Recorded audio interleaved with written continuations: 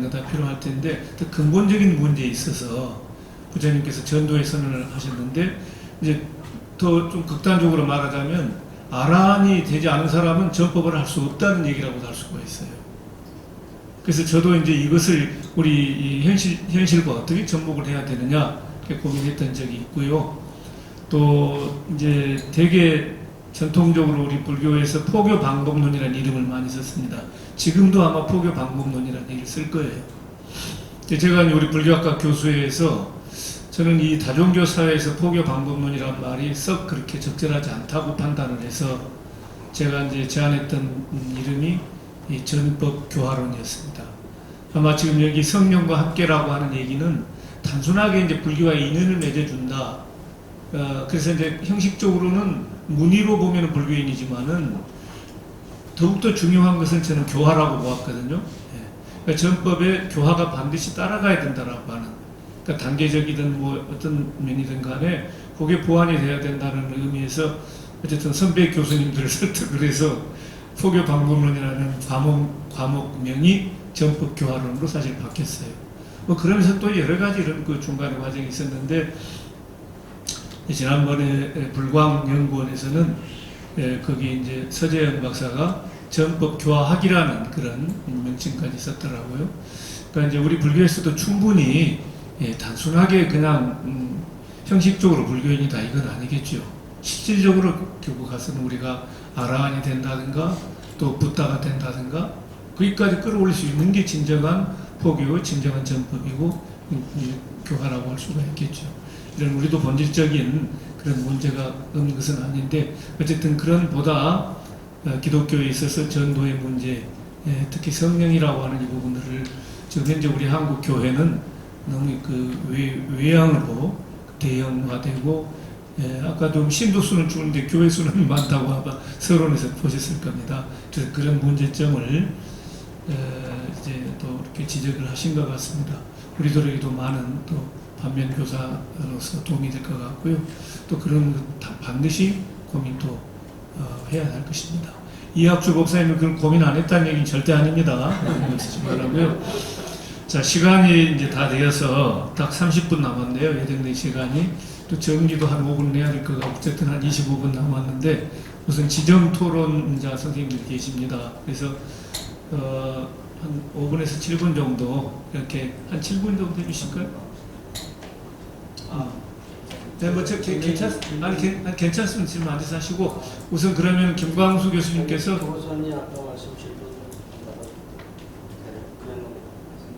같이 하셔도 돼요. 예, 같이 하셔도 되니까 다 종합적으로 하시면 됩니다. 이거 하셔도 되는 것 같아요. 예, 저거 있어요. 저거 이제 충전됐어요. 예, 뭐 이 토론자라는 게 이제 발표만 하고 또 아무 질문도 안 나오고 그러면 또 얘기도 안 풀리고 그러니까 아무래도 토론자의 역할이 그렇게 발표자와 총중들의 간격을 이어가는 그런 역할인 것 같은데, 생각해 보면은 결국은 이제 청소년 포교가 중요하고 그것이 불교의 미래가 되기도 하고 그런데 아시다시피 이것이 이제 무지하게 어렵다는 거죠. 그런 것은 다 많이 느끼셨을 겁니다.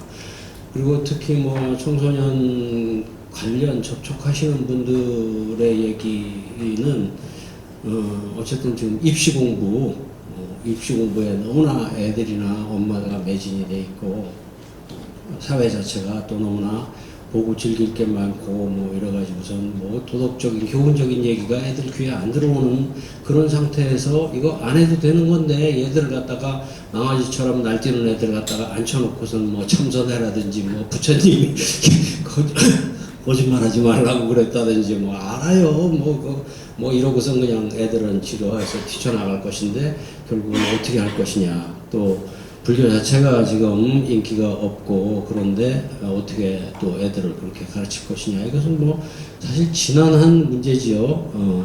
그래서 제가 좀 생각을 해봤더니 아까도 잠깐 말씀드렸다시피 일단 애들을 갖다가 앉혀놓는 자리, 접촉의 영역이 뭐가 있어야 될 거 아니냐. 어디서 만남의 영역이 있어야 될 거 아니냐 했을 때 만남의 영역을 생각해 봤더니 세 가지다. 결국은 애들은 일단은 학교 생활을 제일 많이 하니까 학교에서 만날 것이고, 그 다음에 이제 사찰에서 만나야 되고, 세 번째로는 기타 청소년 회관이나 사회복지시설이나 이런 데서 어떤 그 청소년 불교 프로그램들을 유도해야 되지 않겠느냐 하는데, 이제 아까 김철 교수님은 전반적인 그러한 그 실정을 말씀하셨고, 이학주 선생님은 이제 만나고 나서 지도자 어떻게 잘 할 것이냐.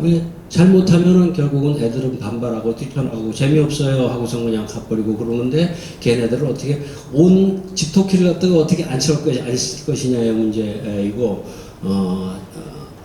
먼저 김철 선생님은 이제 일반 대중 애들을 어떻게 이제 끌고 올 것이냐, 만남의 장으로 끌고 올 것이냐, 이런 걸 주로 말씀하셨는데, 물론 목사님 말씀도 중요하죠. 일단은 지도자가 되려면 자기가 진리를 깨달았고 법답게 살고 성령을 또 느껴야 되고 그래야지만 지도자의 자질이 될 것인데, 일단은 우리가 이런 것을 어떻게 풀어가야 될 것이냐. 근데 일단 청소년 포교가 중요하긴 중요합니다. 개인적인 경험으로 보더라도 다들 보면은 청소년 시절에 불교와 접해서 상당한 어떤 그런 그 경험을, 개인적인 경험을 갖고 불자가 되는 경우가 참 많거든요. 그래서 그 시절에 어떻게 그 씨를 심어줄 것이냐가 중요한데, 우리가 그러니까 소홀히 할 수 없는 부분이죠. 그래서 생각을 해보면 일단 학교에서는 애들이 학교 시간이 굉장히 많아요. 그리고 모든 것을 다 학교에서 하고, 또 엄마 말은 아버지 말은 안 들어도 선생님 말은 또 듣습니다. 그래서 학교에서는 일단은 동아리 활동을 강화하는 것이 기본적인 방법이겠다. 그래서 그런데 이제 동아리 활동을 하더라도 선생님의 열의가 가장 중요하다고 생각해요. 저도 제 학교에서 한양여대에서 불교학생회를 없었어요. 불교학생회를 만들어서 지도해 보려고 했는데, 일단은 뭐 애들이 안 모이고, 그 다음에 학교가 기독교 학교도 아닌데 재단에서 무슨 뭐 불교를 굉장히 싫어한다고 해가지고서 지도교수라고 한 사람이 하나 있는데, 그 사람 자체가 자기 캐리어를 위해서 굉장히 그 불교학생회를 방치를 해놓고, 그 사람이 있는데 제가 이제 또 인터셉트 할 수도 없고, 그런 애들은 애들대로 그냥 이렇게 울고 그래요. 그래서 할 수 없이 이제 저희 학과 학생들만이라도 3학년 70명 근데 이제 뭐 하려고 했어요. 그래서 이제 매주 모이게 시키고 하고 했는데, 실제로 해보니까 진짜 어렵더라고요. 애들 뭐 모아놓고서 얘기하면 자고 안 오고, 무슨 뭐 알바하러 갔어요 그러고, 그래서 애들한테 뭐 제가 잘 보이려고 돌아다니면서 데리고 다니면서 삼겹살도 사주고 이것저것 다 사주고 했는데도 결국은 그게 몇 년 지나서 저도 지쳐버리고 말았습니다. 저와 같은 그런 실패를 반복하면 안 되고, 어차피 학교에서는 동아리 지도 선생님이 열의를 가지고 힘들더라도 열심히 해서 키우는 수밖에 없겠다. 그리고 특히 동아리 활동에서 애들이 이제 수련회 기간 같은 것이 이제 굉장히 그 경험의 인상이 많이 남고, 거기에서 이제 여러 가지가 많이 되니까 수련회 프로그램이 다양하게 이제 애들에게 인상을 줄 수 있는 그런 프로그램을 개발해야 되겠다. 물론 그렇게 공유해야 되겠죠. 그래서 제가 지금 강조하는 것은 어쨌든 지도교사의 열의와 자질과 노력이 제일 중요하다는 겁니다. 두 번째로 사찰에서는 사찰 중고등학생회가 있어요. 저도 이제 또 조계사 중고등학생회도 고1 때 나갔었는데, 그것도 뭐 스님이 완전히 방치되어 있고 학생들만 있죠. 그러니까 이제 지속이 안 되고 그러는데, 역시 그 스님이 신념을 가진 스님이 열심히 해야 되리라고 생각하고, 사찰에서는 사찰의 여러 가지 그 시설도 있고 또 봉사 활동이나 이런 것들이 있습니다. 그래서 학교보다는 더 다양하게 봉사 활동 같은 걸 할 수 있고, 봉사 활동 과정을 통해서 서로 친하기도 하고 색다른 경험을 맡기도 하고 또 사회 경험도 하고, 그런 점에서 또 좀 색다른 그 능력을 배양할 수도 있고 그렇습니다. 지역 청소년 센터 같은 데는 거기는 뭐 사실 좀 선생님도 없고 스님도 없고 그래요. 그래서 그런데 이제 포교사가 그런 기회를 뚫어가지고 기회를 마련하고 복지회관이나 청소년회관 프로그램 담당자하고 해서 그런 프로그램들을 개설하고, 거기서 이제 청소년 상담, 진로 상담, 진학 지도 뭐 이런 것들을 하고 또 남녀 학생들의 건전한 만남 이런 것들이기도 하고 대충 뭐 그런 프로그램들이 어렵지만은 담당자가 열심히 적극적으로 노력해서 해야 되지 않겠나 그런 생각들을 해봤습니다.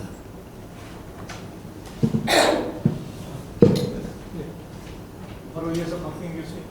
예, 예, 오늘 김웅철 교수님 또 이학주 목사님 그리고 대독이었지만 김남식 박사님 의견들을 접할 수 있어서 여러 가지로 생각을 많이 할 수 있었습니다.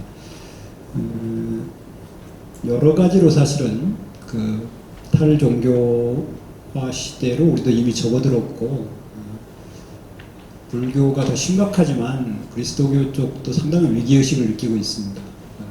저희 대학 같은 경우도 불교 동아리는 한 개가 있을 정도인데 기독교 동아리는 일단 10개 가까이 있습니다. 그런데 불과 10년 전에 30개 정도가 있다가 10개로 줄어버린 현상과 마주하고 있습니다. 전반적으로 탈종교화 현상이 일반화되고 있는데 그런 상황 속에서 특히 이제 젊은이들이 불교를 가깝게 느끼지 않는 이 현상을 어떻게 분석하고 어떻게 대응할 것인가에 관한 여러 가지 생각을 해봤습니다. 근데 지금이야말로 근본적인 문제에서부터 오늘 특히 이학주 목사님 말씀하신 구체적인 프로그램에 이르기까지 총괄적으로 다시 점검하고 할 수 있는 일, 또 잘못 생각했던 일들을 좀 적극적으로 극복하고 그래야 될 때가 아닌가라는 생각을 해봅니다.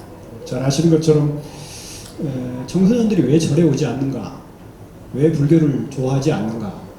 이게 근본적인 물음이죠.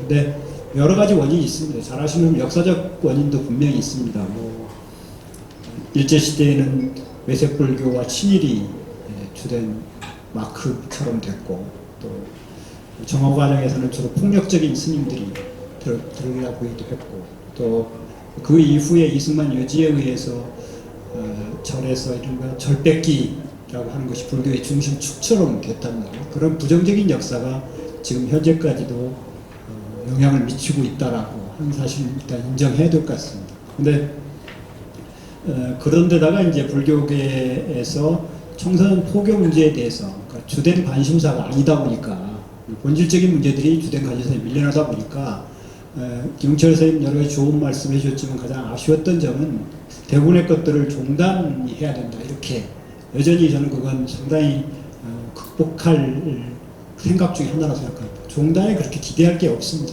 실제로 종단에 그렇게 기대할 게 없다는 걸 우리 충분히 알고 깨닫고 있잖아요. 실제로. 그런데 또 무슨 일 얘기하면 종단이 나서줘야 된다.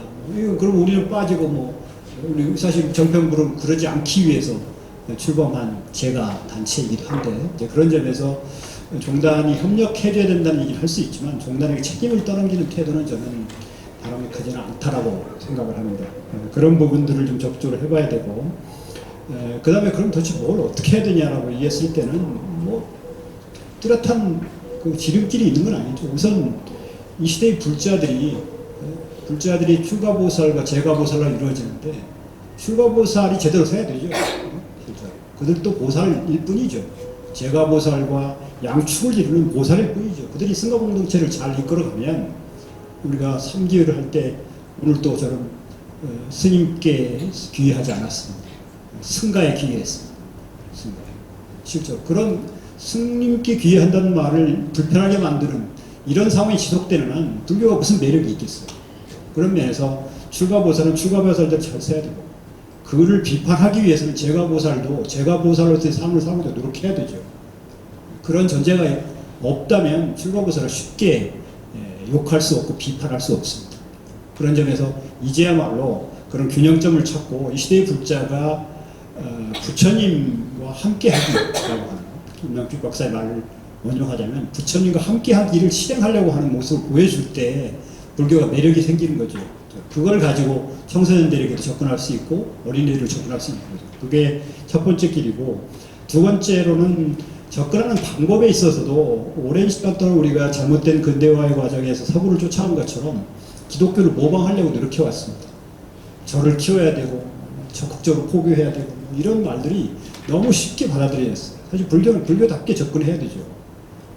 그 불교답게 접근한다는 게 뭐냐? 기본적으로 불교는 무언가를 강요하지 않아야 됩니다. 애들한테.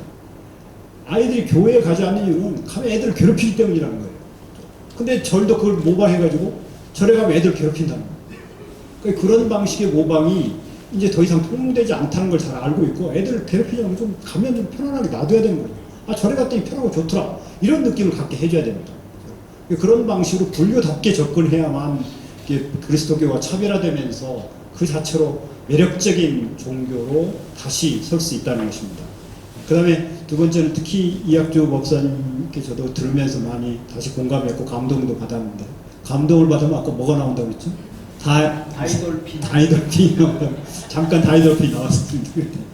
근데 정말로 아이들의 생활 세계에 들어가야 되는 거죠. 아이들의 생활 세계. 정말 너무 쉽게, 특히 스님들도 그렇지만 뭐 우리 어른들, 법사님들 다 마찬가지 성향들이 있죠.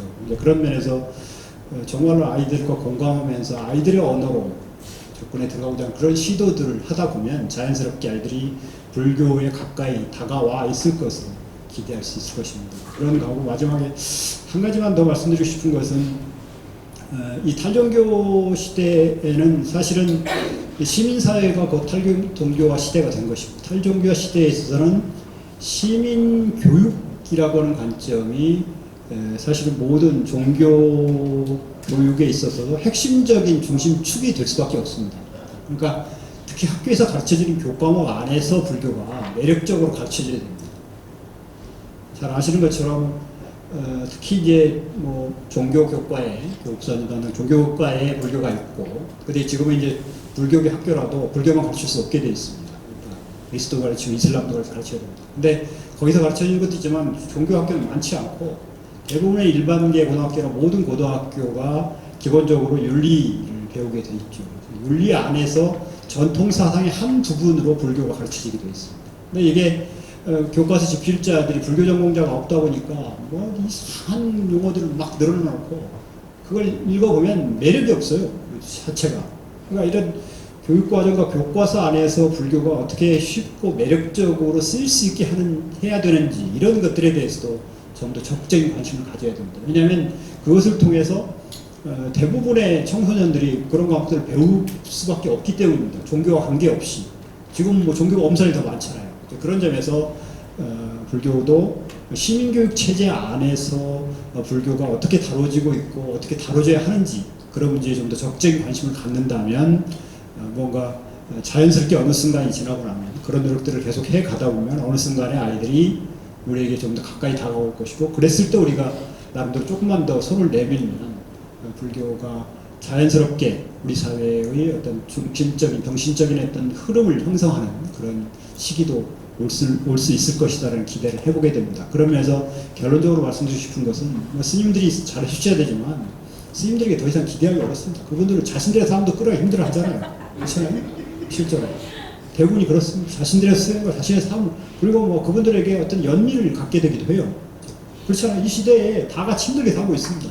그러니까 그분들이 정말 잘해주시길 기대하고, 그 중에 몇 분들 잘해주신 분들이 기꺼이 박수를 쳐드려야 되지만, 우리가 할 수 있는 걸 찾아서 우리들이 뭔가를 하면서 그분들이 로브를 해야 그분들이 더 로브를 할까요? 그러니까 그 전에 어떤 스님이 뭐 니들끼리 잘 살고 우리 간섭하지 마라 이렇게 얘기했던 그 지점에 대해서도 우리는 나름 유념할 필요가 있겠다는 생각을 하게 됩니다. 잘 말씀드리겠습니다. 좀 더 자유롭게 하기 위해서 뭐 토론하시는 분들 그런 자유롭게 이렇게 말씀해 주셨습니다. 우리 김광수 교수님, 박병기 교수님께 다시 한번 박수 부탁드리겠습니다. 이제 이도움 교수님께서 조금 하실 말씀 있는 것 같아서 먼저 말씀드리고, 또 이따 말씀하실 때 간략하게 그렇게 질문해 주시면 감사하겠습니다. 일단 세 가지만 말씀드리겠습니다. 지금 불교 포교에 대한 어떤 패러다임 교리 방법에 대해서 김홍철 선생님, 또 실질적으로 구체적인 프로그램에 대해서 이학주 박사님, 이 두 가지가 거의 지금 상황에서는 최고라고 봅니다. 그리고 저도 이학주 박사님 발표를 보면서 감동도 받았지만 반성도 많이 했습니다. 나는 아주 나쁜 선생님이었구만. 그런 생각을 했습니다. 잘 들어서 감사드리고요.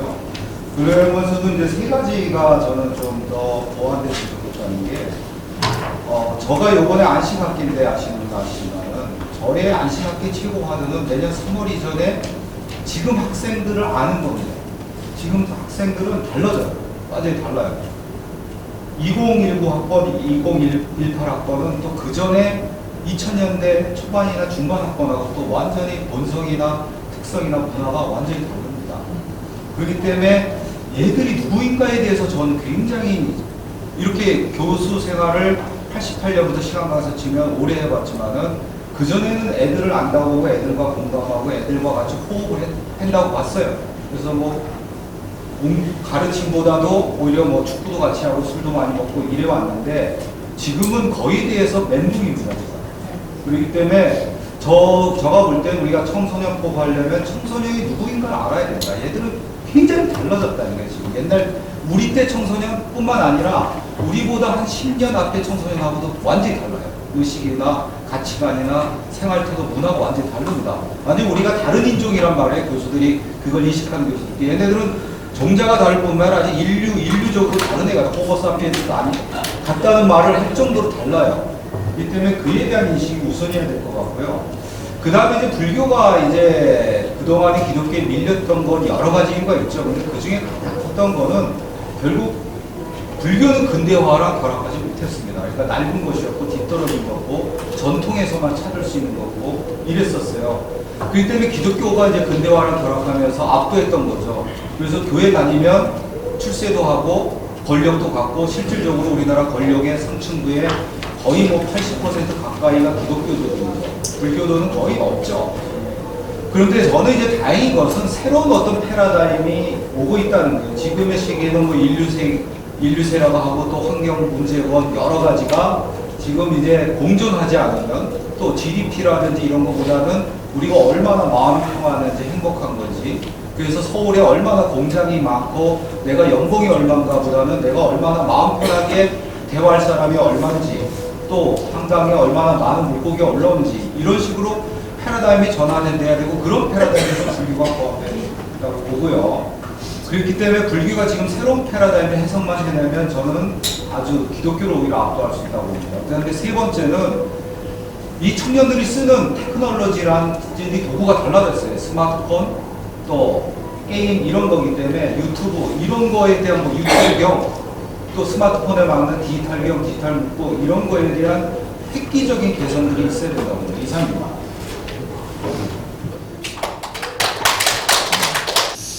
자, 그러면은 어쨌든 바로 질문이 없으셔서 나중에 질문 못했다 그렇게 뭐 하진 않으실 것 같고 오늘 뭐 다들 바쁘시고 수요일 날 하실 텐데 이렇게 끝까지 참석해 주셔서 매우 감사하고요.